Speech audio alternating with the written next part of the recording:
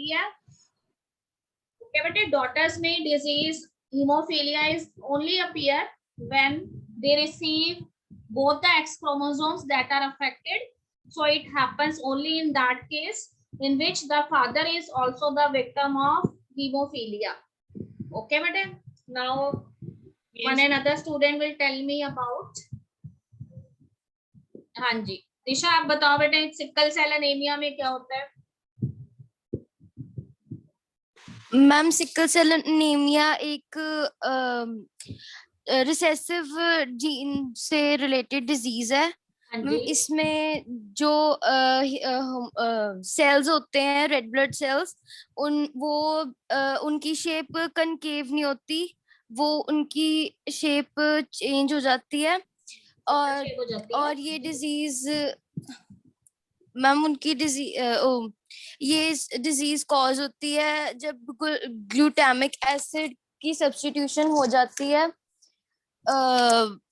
Valine से 6 position पे। हाँ जी, जो हीमोग्लोबिन की चेन पे 6th पोजीशन पे होता है बेटा ग्लोबिन चेन की। ठीक है बेटे, और आपने ये भी बताना है कि कोडॉन कौन सा था। ठीक है, तो आप उसमें ये बताएंगे कि there is one codon GAG। Okay बेटे, तो GAG कोडॉन जो है उसके अंदर जो सेंट्रल हमारा नाइट्रोजेनियस बेस है which is adenine, it gets substituted by uracil. So earlier the base codon, that is GAG, it has to be code for glutamic acid, but because of substitution of adenine here by uracil, the codon it becomes GUG. Okay, and that is not coding for this amino acid glutamic acid. Instead of that a new amino acid is formed and that is valine. ठीक है, और आपने ये जरूर mention करना है कि which chain of the hemoglobin is affected, because hemoglobin has two chains. hemoglobin itself एक प्रोटीन है और उसकी 2 चेन्स हैं, अल्फा चेन है और बीटा चेन है। तो आपने बताना है बीटा ग्लोबुलिन चेन जो है hemoglobin की, वो यहाँ पर अफेक्टेड रहती है। ओके बेटे, so now I M proceeding with the topic genetic disorders. So I have add here some more slides that I am going to discuss with you. Okay, genetic disorders, as the name itself indicate, that those disorders which have some connection with genes. ठीक है, so there may be some mutations in the genes. It may be a single gene which is suffering from those mutations, or it may be group of genes. So all of you remember very well that where these genes are actually present, so you know that inside the cell what is present, our nucleus is present, and inside the nucleus what is visible to you, chromosomes are there, and these chromosomes they are butterfly shaped, and each chromosome has its 2 arms which are known as chromatids. So inside the chromatids, what you see inside the chromatids, the double helix usually runs, and that is DNA. Okay, but what earlier we taught you that on the DNA what are present, genes are present.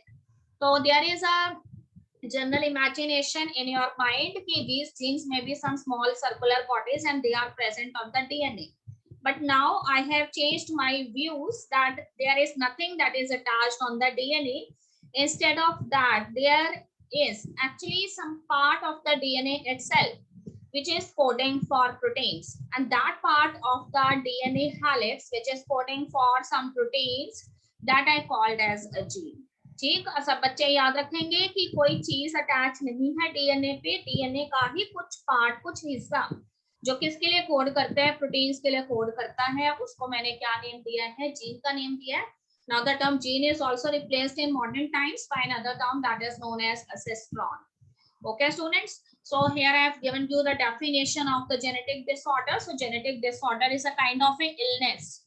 ठीक है, ये एक तरह की बीमारी है, एक तरह की डिजीज है that is caused by one or more abnormalities in the genome. ठीक है, तो जेनेटिक मटेरियल जो है उसमें एक से ज्यादा एबनॉर्मलिटीज हो सकती हैं, और one very important thing about the genetic disorder is it is congenital in nature. Congenital का मतलब होता है कि ये एक ऐसी डिजीज है जो बाय बर्थ ही ऑफस्प्रिंग्स जो है उनके अंदर प्रेजेंट होती हैं, क्योंकि जीन्स में जो ये एबनॉर्मलिटीज होती हैं वो बाय बर्थ है। ओके बेटे, तो आपको मैंने पहले भी बताया था कि जीन्स जो है उसमें एबनॉर्मलिटीज कैसे आएंगी, तो there may be certain mutations which cause abnormalities in the genes. Okay, so these mutations, whether they affect one gene or whether they affect so many genes. ठीक बेटे, अगर एक जीन ही अफेक्टेड रहता है तो उस केस में म्यूटेशंस पॉइंट म्यूटेशंस हैं. अगर कई सारे जीन्स अफेक्टेड रहते हैं तो म्यूटेशंस जो है वो क्रोमोसोमल म्यूटेशंस हो सकती हैं. ठीक, फिर आपको बताया है कि देखिए genetic disorders are quite rare and affect 1% in every several thousand और मिलियंस. ऐसा नहीं होता है कि बहुत बड़ी पॉपुलेशन जो है वो जेनेटिक डिसऑर्डर से सफर करती है. ठीक है, क्योंकि म्यूटेशंस जो है वो रैंडमली होने वाला, सडन होने वाला एक प्रोसेस है, तो ये जरूरी नहीं है कि हमेशा होगा. ठीक है, तो कई सालों में कोई एक बार म्यूटेशन हो सकती है, तो इसीलिए कहते हैं कि जेनेटिक डिसऑर्डर्स जो है वो रेयर होते हैं. और अगर थाउजेंड्स ऑफ पीपल हैं, मिलियंस ऑफ पीपल हैं, तो उसमें से कुछ ही लोग जो हैं they are affected by this genetic disorders. And another very important things is genetic disorders may or may not be heritable. ठीक है, इस चीज को कैसे समझेंगे कि जेनेटिक डिसऑर्डर्स हेरिटेबल भी हो सकते हैं और इनहेरिटेबल नहीं भी हो सकते. तो आपको पता है कि if these mutations they generally occurs in the gametic cells. ठीक है, अगर ये म्यूटेशन जर्म सेल्स में होती है, रिप्रोडक्टिव सेल्स में होती है या गैमेट्स में होती है, तो उस केस में म्यूटेशंस कैसी होंगी, हेरिटेबल होंगी. और अगर कहते हैं कि म्यूटेशंस जो है वो गैमेटिक सेल्स के अलावा, ठीक है, वेजिटेटिव सेल्स में होती है या ऐसे क्रोमोसोम्स में होती हैं जो वेजिटेटिव कैरेक्टर्स को कंट्रोल करती हैं, फॉर एग्जांपल ऑटोसोम्स, तो in that case this mutations are not inherited from one generation to another. तो इसीलिए बोला है कि जेनेटिक डिसऑर्डर्स जो हैं वो हेरिटेबल भी हो सकती हैं और इनहेरिटेबल भी हो सकती हैं. ओके बेटे, तो different type of genetic disorders हमने स्टडी किए हैं. कुछ ऑटोसोमल रिसेसिव जेनेटिक डिसऑर्डर्स हैं, ऑटोसोम से रिलेटेड है पर रिसेसिव कंडीशन उसके अंदर देखी जाती है. और कुछ में ऑटोसोम्स जो है उससे रिलेटेड है पर डोमिनेंट कैरेक्टर अफेक्टेड है. ठीक है, कई बार जेनेटिक डिसऑर्डर्स जो है they may be the cases of non disjunction of the chromosome. जैसे मैंने आपको बताया कि during the process of crossing over what actually happens, the homologous chromosome their pairing takes place. And when these homologous chromosomes they exchange their genetic segments, then there is a need to get separated from each other. But sometimes the homologous chromosomes, their pairing, it happens very easily, but it is not possible for them to get separated. Okay, but so in that situation what happens? कुछ ना कुछ part जो है दूसरा जो homologous chromosome है उसका first वाले के साथ ही रह जाता है, और इस केस को हम नॉन डिस्जंक्शन कहते हैं. तो इससे सीवियर सिंड्रोम्स हमें नजर आते हैं. सिंड्रोम्स जो है उसमें 3 टाइप ऑफ सिंड्रोम्स के बारे में मैं आपको बताऊंगी. तो कल भी मैंने बताया था, one is Turner syndrome, another is Klinefelter syndrome and third one जो है उसके अंदर डाउन सिंड्रोम होता है. ठीक बेटे, डाउन सिंड्रोम ऑटोसोम से रिलेटेड है, बाकी जो दो है ना क्लाइनफेंटर एंड टर्नर जो है वो सेक्स क्रोमोसोम से रिलेटेड है. हमेशा याद रखिए कि सिंड्रोम्स जो है उसके क्रोमोसोम का नंबर जो है उसमें चेंजेस आ जाती है. Humans have 23 pair of chromosomes, the total 46 chromosomes should be there, but in the syndromes there may be decrease in the number of chromosome or increase in the number of chromosome. ठीक बेटे, तो non disjunction जो है उसने आपको बताया कि sex linked non disjunction भी हो सकते हैं सेक्स क्रोमोसोम से रिलेटेड. उसके बाद देखो जेनेटिक डिसऑर्डर्स है म्यूटेशंस की वजह से होती हैं. म्यूटेशंस जो हैं वो सेक्स सेल्स में भी हो सकती हैं. अगर होती हैं सेक्स सेल्स में तो फिर वो वन पेरेंट जो है उससे ऑफस्प्रिंग के अंदर ऑब्वियसली पास होगी. ठीक, तो जेनेटिक डिसऑर्डर्स जो है उसमें जीन्स भी अफेक्टेड हो सकते हैं, क्रोमोसोम्स भी अफेक्टेड हो सकते हैं. ये मैंने आपको बता दिया. देखो क्रोमोसोमल म्यूटेशंस के बारे में उसने आपको बताया है कि कई बार हमें काफी सारे क्रोमोसोम्स जो है उसकी कॉपीज नजर आती हैं एक साथ, तो इस कंडीशन को हम ट्राइसोमी कह सकते हैं. कई बार हमें फ्यू क्रोमोसोम्स ही नजर आते हैं, तो that condition is known as monosomy. And sometimes what you see that a large portion of the chromosome it get deleted when the chromosome they try to get separate from each other. ठीक है, जब chromosome जो एक दूसरे से separate होने की कोशिश करते हैं तो उस समय क्या होता है, डिलीशन हो जाता है कुछ पार्ट का. तो उसको यहाँ पर जो है उन्होंने क्या बोला है कि क्रोमोसोमल म्यूटेशन का ही पार्ट है, because you know that chromosomes पे क्या प्रेजेंट है, जीन्स प्रेजेंट है. अगर कोई भी सेगमेंट जो है any segment of the chromosome it gets deleted, this means the genes that are present on that chromosome they also get lost. ठीक है, तो हर एक जीन जो है इसका इंपॉर्टेंस है. If any of the gene it get lost, this means that there is a particular metabolic reaction that is not going to be happen in the body. ठीक है? And sometimes the genes they are playing some of the critical roles in your body, and that roles are not performed later. So see, I have had done the classification of the genetic disorders. So if a single gene is affected, okay, and if the entire chromosome is affected, तो दो तरह के हो सकते हैं, या तो single gene affected है या पूरा का पूरा क्रोमोसोम जो है it get affected. So if the single gene is affected, so it may be the gene that is present on the autosomes.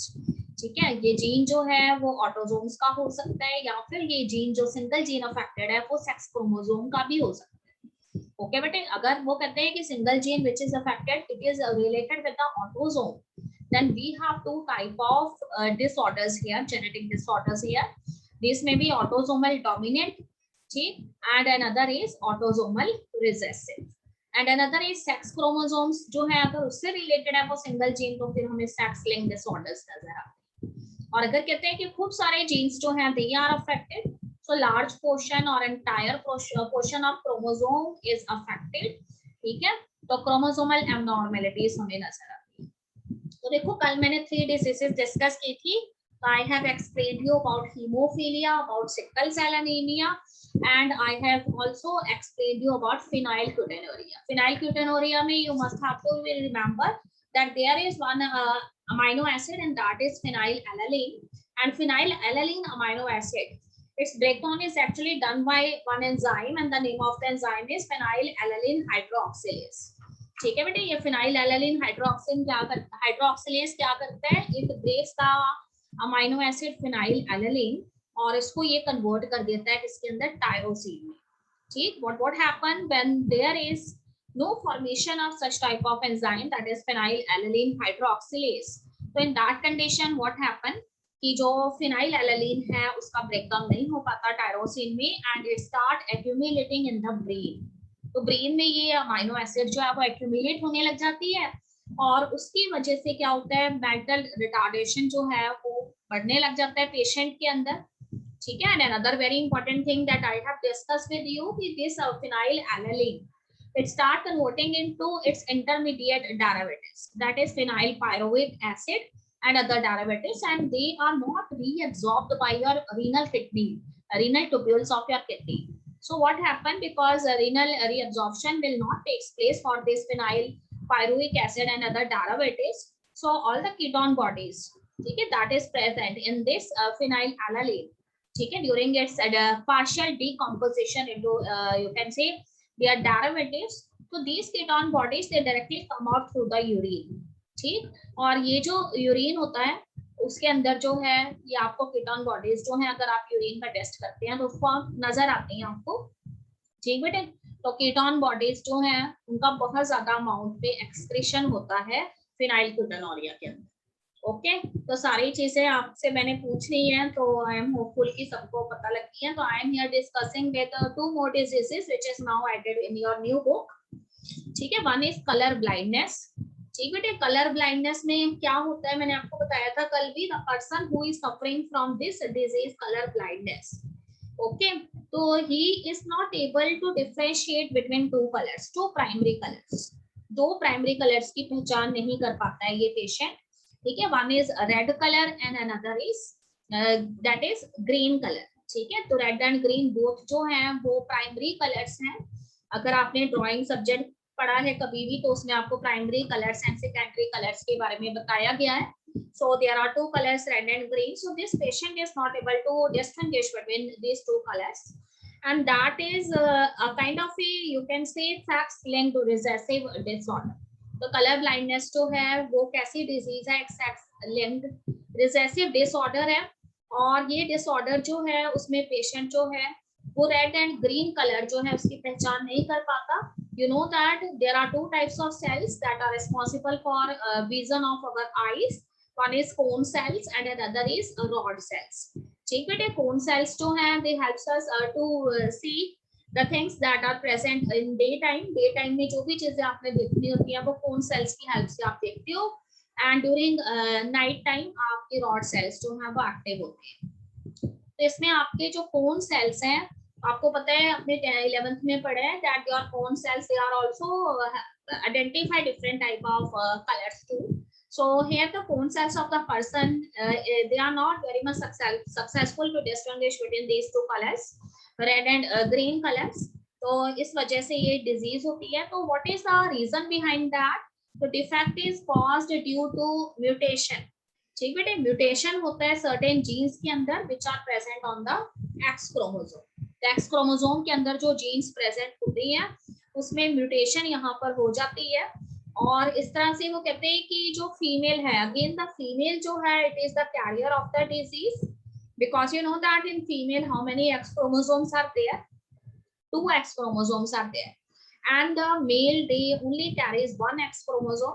तो वो कहते हैं कि फीमेल जो है उसमें जो है, हाँ जी, फीमेल जो है उसके अंदर जो है ज्यादा से ज्यादा जो है डिजीज जो है उसकी कैरियर रहेगी, पर मेल प्रोजेनी जो है it is very much affected. तो see in your book it is written it occurs in 8% of the male and only 0.4% of females they are color blind. ठीक बेटे, another very important thing is कि इसके अंदर जो jeans affected होते हैं वो एक्स क्रोमोसोम पे प्रेजेंट है and the cone cells are not able to differentiate between red and green colors. ठीक है, other colors they can very much identify but these two colors they are not able to identify. So males have only 1 X chromosome and females have 2. That's why female is the carrier and males जो है female is the carrier and males जो है उसके अंदर जो है ये disease appear होती है. तो अगर कोई विमेन जो है वो कैरियर है इस डिजीज की, खुद कलर ब्लाइंड है, तो उस केस में वो कहते हैं कि उसके जो सन्स होंगे, ठीक है, उसके जो सन्स हैं वो इस डिजीज से अफेक्टेड रहेंगे और उनके अंदर जो है डिजीज अपीयर होगी, जबकि विमेन जो है, ठीक है, वो जो है कैरियर रहेगी. पर in such a situation where the women is married to a person who is also the victim of colour blindness, so in that situation the daughters they also have the probability to get this disease because अगर father भी colour blind है, mother भी colour blind है, तो ये daughter जो है she receives 2 chromosomes, ठीक है, both from the father and mother, and if both the chromosomes they are the affected one, so in that situation the homozygous condition is there and there is a more chance or probability is there in daughter to get this disease. Okay बेटे, तो this is all about this color blindness. तो यहाँ पे देखिए मैंने लिखा है colour blindness और colour vision deficiency is a inability और decrease ability to see colours और perceive colour differences under normal lightning condition. The condition results from absence of colour sensitive pigment in the cone cells of the retina, ठीक है, the nerve layer at the back of the eye. तो usually मैंने आपको बताया है कि 2 colours are not able to identify, red और green colour, and colour blindness जो है उसमें ब्लू कलर जो है वो भी देखा जाता है, पर मोस्टली जो कलर्स वो आइडेंटिफाई नहीं कर पाते हैं they are the red and green colours. तो gene is responsible and these genes they are actually present on the X chromosome. So mutations capable of causing color blindness they originate from at least 19 different chromosomes and many different genes. ठीक बेटे, तो mostly mails जो हैं वो जो है इस case में कहते हैं कि अफेक्टेड होते हैं, फीमेल्स बच जाती हैं, वो कैरियर रहती हैं. आपको पता है कि female has 2 chromosomes and male has only 1 X chromosome. तो X-linked recessive disorder है ये, ठीक है. 50% chances of mother passing this disease to her son. तो 50% chances है मदर के कि वो ये डिजीज जो है वो अपने सन के अंदर जो है वो पास कर सकती है. ठीक बेटे, यहाँ पे मैंने कुछ और लिखा है थोड़ा सा. तो red green color blindness is usually inherited from the parents. It is passed from mother to son on 23rd chromosome which is the sex chromosome, because you know that 22 chromosomes are the autosomes और जो 23rd chromosome है आपका वो X chromosome है, sex chromosome है, जो XX female में और XY they are in the male. ठीक है, तो उसके बाद देखिए chromosomes are the structures which contain genes, so they contain instructions for the development of certain tissue and organ. And if you are colorblind, it means instructions for cone development they are not properly done. ठीक बेटे, तो cone cells का proper development यहाँ नहीं हो पाता, तो cone cells के अंदर जो एबिलिटी है ना to differentiate the different colours that they lose because of this affected gene. ठीक है, क्योंकि जीन्स जो है उसी से जो आपके कोन सेल्स है उन्होंने जो एक्टिविटी कंट्रोल करनी थी वो यहाँ डेवलप होनी थी, पर क्योंकि वो जीन्स जो है यहाँ पर अफेक्टेड रहती हैं, तो इसलिए कौन सेल्स जो प्रॉपर्ली फंक्शन नहीं कर पाती और पिगमेंट्स को आइडेंटिफाई करने की उनकी जो एबिलिटी है that is lost in this disease. Okay students, तो ट्रीटमेंट के बारे में थोड़ा सा मैंने यहाँ पे अकाउंट ऐड किया है। There is no proper treatment for the disease, ठीक है। कलर फिल्टर्स और कॉन्टैक्ट लेंसेज जो उनको कई बार जो है यूज किया जाता है to enhance the brightness of some of the colours and for acquired colour vision deficiency once the cause has been established and treated your vision may return to the normal, ठीक है। तो ये सारी चीजें तब होती हैं जब पर्सन जो है उसके अंदर डिफेक्ट जो है जेनेटिक डिफेक्ट जो उसको अर्लियर एजेस में ही फाइंड आउट कर लिया जाता है, तो उसका डायग्नोसिस जो है वो पॉसिबल होता है उसमें। ओके बेटा, there is one flow chart, उसमें मैंने आपको बताया है कि अगर फादर जो है वो कलर ब्लाइंड नहीं है एंड मदर जो है वो कलर ब्लाइंड है, तो you know that mother has 2 x chromosome, father colour blind नहीं है तो उनके पास एक एक्स और एक वाई क्रोमोसोम दोनों ही नॉर्मल है। तो उस केस में देखिए सन जो है उसके 50% चांसेस है कलर ब्लाइंड होने के, अगर मदर जो है उसमें से अफेक्टेड एक्स क्रोमोसोम सन के पास गया है, ठीक है बेटे। तो सन जो है उसके अंदर 50% चांसेस रहेंगे कलर ब्लाइंडनेस के, क्योंकि देखो फादर जो है उसने सन को हमेशा वाई क्रोमोसोम ही डोनेट करना है और मदर जो है उसने सन जो है उसको एक्स क्रोमोसोम डोनेट करने हैं, और अगर आने वाला एक्स क्रोमोसोम जो है वो नॉर्मल नहीं है, कलर ब्लाइंड वाला है, तो उस केस में सन्स जो है वो अफेक्टेड रहेंगे, ठीक है बेटे। Daughter colour blind gene carrier हो सकती है, और कहते हैं कि डॉटर में डिजीज तभी अपीयर होगी जब फादर जो है वो भी कलर ब्लाइंडनेस के विक्टिम रहेंगे। ओके बेटे, now I am starting with the another very important disease and that is thalassaemia.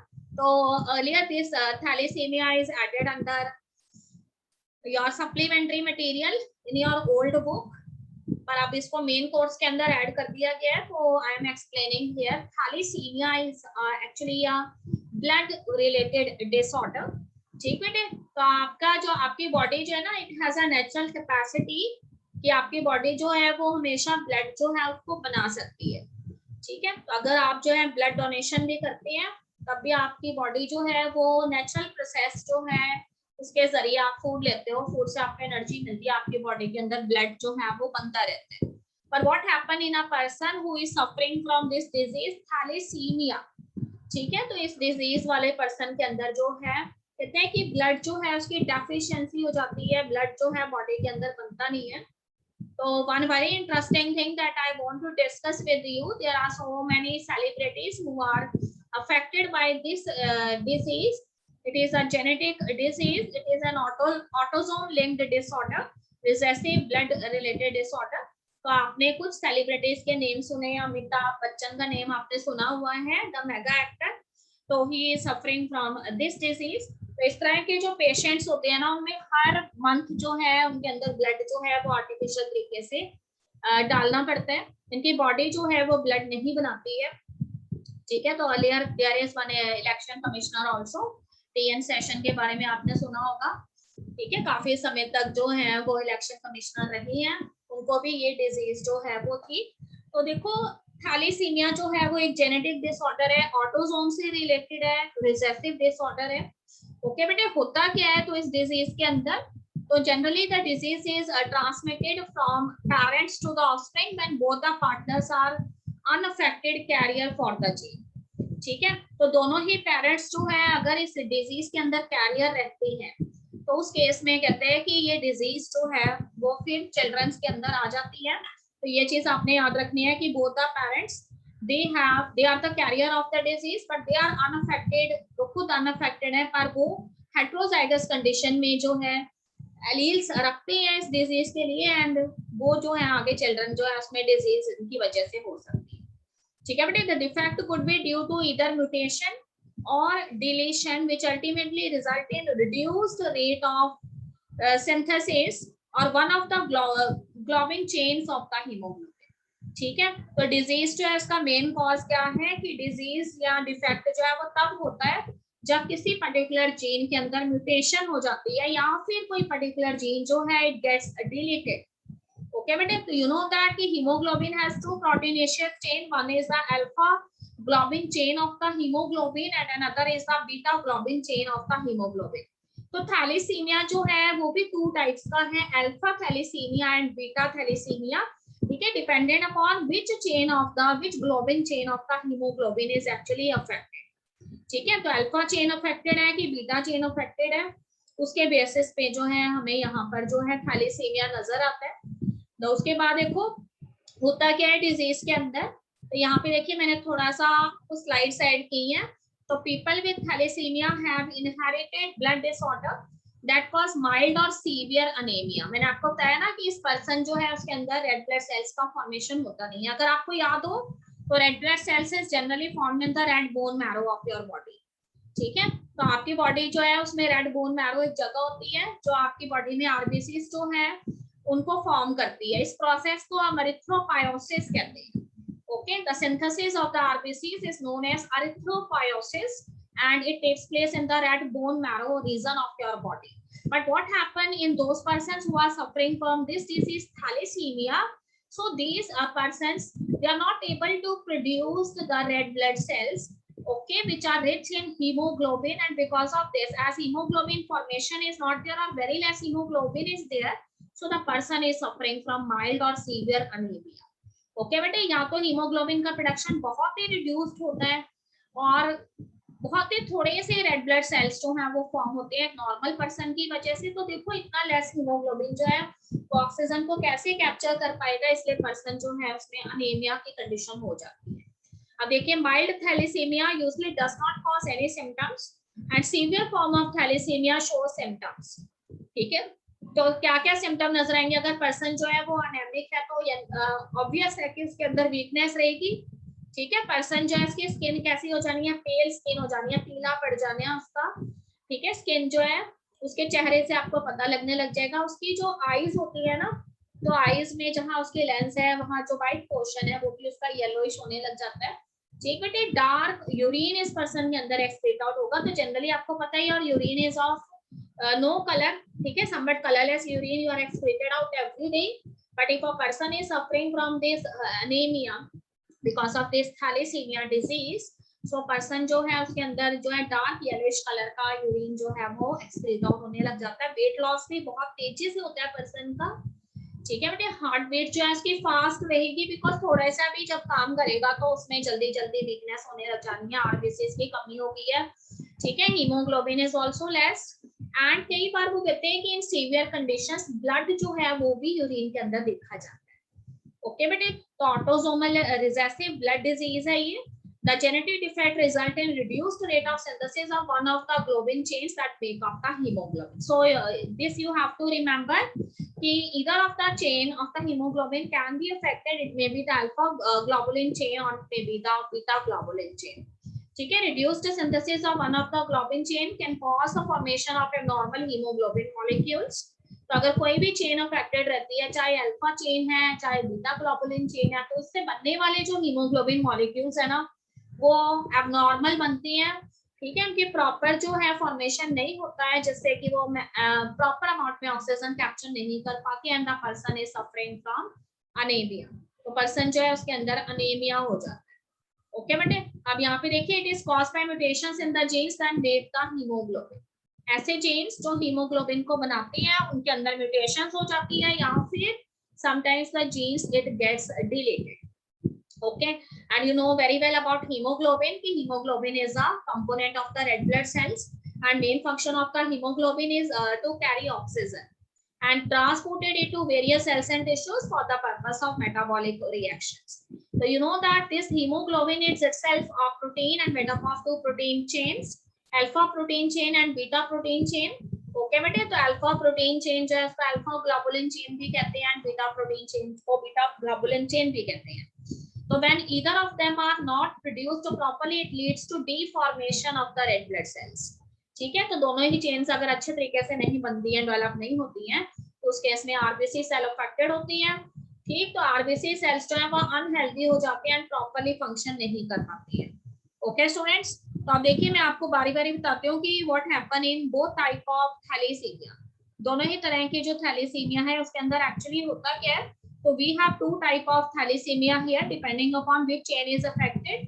So first is the alpha globulin chain. When the alpha globulin chain is affected, then the person is suffering from the disease which is alpha thalassaemia. ठीक बेटे, यहाँ पे मैंने आपको chromosome नहीं, मैंने आपको haemoglobin जो है उसका यहाँ पे स्ट्रक्चर दिखाया है। तो देखिए यहाँ पर आपको alpha chain and beta chain haemoglobin की नजर आती हैं। ठीक है, him group is present that is binded with the iron molecule, iron के साथ बाइंडेड होता है। यहाँ पे देखिए आपको अल्फा चेन नजर आ रही है, beta chain is there. So all of these they are actually present inside the RBCs because you know that hemoglobin RBCs में present होता है। ये helical shape है इस polypeptide molecule की which is known as hemoglobin। Okay बेटे, तो iron atoms बीच बीच में ट्रैप्स होती हैं, आपको क्या था। तो इसीलिए अगर आप चाहते हैं कि आपकी बॉडी में ब्लड जो है वो नॉर्मल रहे जितना रिक्वायर्ड है, तो you have to take more and more diet that is rich in iron. Types of haemoglobin देखिए, हीमोग्लोबिन हमारे पास कितने तरह का है, we have 4 to 5 types of hemoglobins having different chains। तो HbA, HbA2, HbF, HbH, Hb bar। ठीक बेटे, तो इसके अंदर चेन्स किस तरीके से हैं। तो देखिए जिसमें से जो डोमिनेंट टाइप के हीमोग्लोबिन मोस्टली ह्यूमन पॉपुलेशन के अंदर देखते जाती हैं वो alpha beta type globulin chains वाले होते हैं। ठीक है, तो यहाँ पे देखिए HbA जो है इसमें अल्फा 2 बीटा 2 चेन्स आते हैं, then HbA2 we have alpha 2 delta 2। ठीक है, HbF we have alpha 2 gamma 2, then HbH में बीटा 4 चेन्स आते हैं एंड Hb बार्स में गामा 4 चेन्स आते हैं। ठीक है, इसको याद करने की कोई जरूरत नहीं है, it is only to enhance your knowledge about haemoglobin. फिर देखिए यहाँ पे मैंने आपको बताया हुआ है types of haemoglobin, polypeptide chains and then nodes. तो हीमोग्लोबिन ए जो है इसमें 2 अल्फा 2 बीटा चेन्स होती हैं। 97% ऑफ नॉर्मल एडल्ट्स के अंदर ये वाला हीमोग्लोबिन प्रेजेंट है। ठीक बेटे, हीमोग्लोबिन A2 जो है इसमें 2 alpha chain and 2 delta chains होती हैं। 2.5% में ये हीमोग्लोबिन रहता है। एंड हीमोग्लोबिन F जो है उसमें 2 अल्फा एंड 2 गामा चेन्स होती हैं। तो फीटल हीमोग्लोबिन जो है उसमें है हीमोग्लोबिन जो है वो ये वाला रहता है। अब देखिए मैं आपको बता रही हूँ अल्फा थैलेसीमिया के बारे में। तो I have explained you now alpha thalassaemia. तो अल्फा थैलेसीमिया में क्या होता है, production of the alpha globulin chain it is affected. ठीक है बेटे, तो दोनों में से अल्फा ग्लोबुलिन चेन जो है हीमोग्लोबिन की अफेक्टेड रहती है एंड बीटा थैलेसीमिया में बीटा ग्लोबुलिन चेन जो है वो अफेक्टेड रहती है। ओके बेटे, तो production of beta globulin chain is affected in the beta thalassaemia. So alpha thalassaemia it is actually controlled by 2 closely linked genes। Alpha thalassaemia जो है वो 2 closely linked genes जो है उनकी वजह से कॉज होता है और उन जीन्स के नेम आप याद रखेंगे, they are HbA1 and HbA2। ठीक है, तो दोनों ही जो जीन्स होते हैं ना वो क्रोमोसोम नंबर 16 पे प्रेजेंट होते हैं हर एक पेरेंट के। मैंने अभी आपको बताया ना कि both the parents they are the carrier of the disease। तो दोनों ही पेरेंट्स के जो क्रोमोसोम नंबर 16 है उसके ऊपर 2 क्लोजली लिंक्ड जीन्स बोल रही हूँ मैं। लिंक्ड जीन्स वो जीन्स होते हैं जो साथ साथ ही चलते हैं हमेशा।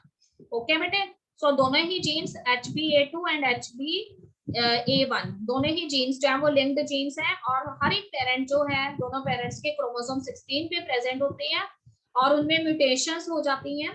ठीक बेटे, या फिर वो कहते हैं कि जो जीन्स हैं उनमें से कुछ जीन्स जो हैं वो डिलीट हो जाते हैं, तो उसकी वजह से अल्फा थैलेसीमिया जो है वो नजर आता है। The more the genes affected the less alpha molecules will be produced. अगर एक जीन अफेक्टेड है तो फिर भी थोड़ा बहुत अल्फा चेन फॉर्म हो जाएगी हीमोग्लोबिन की। अगर 3 से 4 जो हैं जीन्स अफेक्टेड हैं, ठीक है, जो अल्फा ग्लोबुलिन चेन को बनाने वाले थे, तो उस केस में अल्फा ग्लोबुलिन मॉलिक्यूल्स का फॉर्मेशन होता नहीं है। Person is severely affected from this disease that is alpha thalassaemia. आप सुनिए बीटा थैलेसीमिया के अंदर क्या होता है, ये मैं कल फिर से लूंगी तो मैं कल आपको पढ़ के बताऊंगी मैंने क्या लिखा है। आप बीटा थैलेसीमिया के बारे में सुनेंगे। So beta thalassaemia is controlled by a single gene. ठीक बेटे, बीटा थैलेसीमिया में एक सिंगल जीन ही अफेक्टेड रहते हैं। क्रोमोसोम का नंबर नोट करें आप, क्रोमोसोम नंबर इज 11 और उस पे सिंगल जीन प्रेजेंट है and the name of the gene is HBB। ठीक है, हर एक पेरेंट के क्रोमोसोम 11 पे HBB जीन अफेक्टेड होता है और उसमें म्यूटेशन हो जाती है, या तो दोनों जीन्स जो दोनों पेरेंट्स में प्रेजेंट है उसमें HBB के अंदर म्यूटेशन हो जाएगी। तो इस वजह से जो बीटा ग्लोबुलिन चेन है उसका फॉर्मेशन नहीं हो पाता है और person is suffering from beta thalassemia. Okay बेटे, how this thalassemia differs from sickle cell anaemia. तो उसमें आपको उसने बताया हुआ है कि in the former thalassemia it is a quantitative problem of synthesising, ठीक है, globulin chains, and in the latter वाले के अंदर यानी सिकल सेल एनीमिया के अंदर इनकरेक्टली फंक्शनिंग ग्लोबुलिन चेन होती है, ठीक है। तो सिकल सेल एनीमिया जो है उसमें ग्लोबुलिन चेन प्रॉपर तरीके से फंक्शनिंग नहीं करती, पर थैलेसीमिया के अंदर याद रखिएगा